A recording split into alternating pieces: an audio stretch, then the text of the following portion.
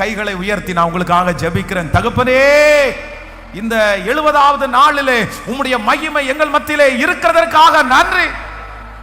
குறித்த காலத்திற்கு தரிசனம் இன்னும் வைக்கப்பட்டிருக்கிறது, இன்னும் வைக்கப்பட்டிருக்கிறது. குறித்த காலத்திற்கு தரிசனம் இன்னும் வைக்கப்பட்டிருக்கிறது. என்னுடைய பிள்ளை மறந்தாலும், என்னுடைய பிள்ளை இந்த தரிசனம் இல்லை என்று சொன்னாலும், இன்னைக்கு நீங்க வாக்கு கொடுத்தீங்க, இல்ல மகளே, இன்னும் வைக்கப்பட்டிருக்கிறது.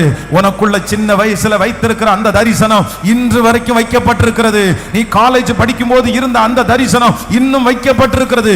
சூழ்நிலை மாறினதுனால, குடும்ப சிச்சுவேஷன் மாறினதுனால அந்த தரிசனம் எடுக்கப்படவில்லை. அந்த தரிசனம் வைக்கப்பட்டிருக்கிறது. முடிவிலே அது விளங்கும். அது பொய் சொல்லாது. அது தாமதித்தாலும் அதற்கு காத்திரு, அது நிச்சயமாய் வரும். அது தாமதிப்பது இல்லை. இந்த வார்த்தையின்படி உடைய பிள்ளைகளை மனதார ஆசீர்வதிக்கிறேன்.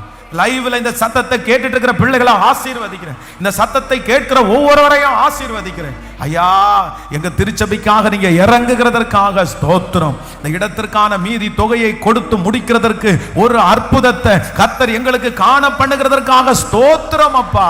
அதற்கு உதவி செய்கிற ஒவ்வொரு பிள்ளைகளையும் 1000 மடங்கு நீர் ஆசீர்வதிக்கிறதற்காய் நன்றி அப்பா.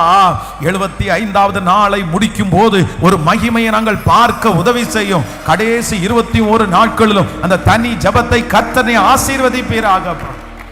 பிள்ளைகள் எல்லாரையும் நான் ஆசீர்வதிக்கிறேன். திருச்சபையில கூடி நிற்கிற பிள்ளைகளை ஆசீர்வதிக்கிறேன். லைவ்ல இருக்கிற பிள்ளைகளை ஆசீர்வதிக்கிறேன்.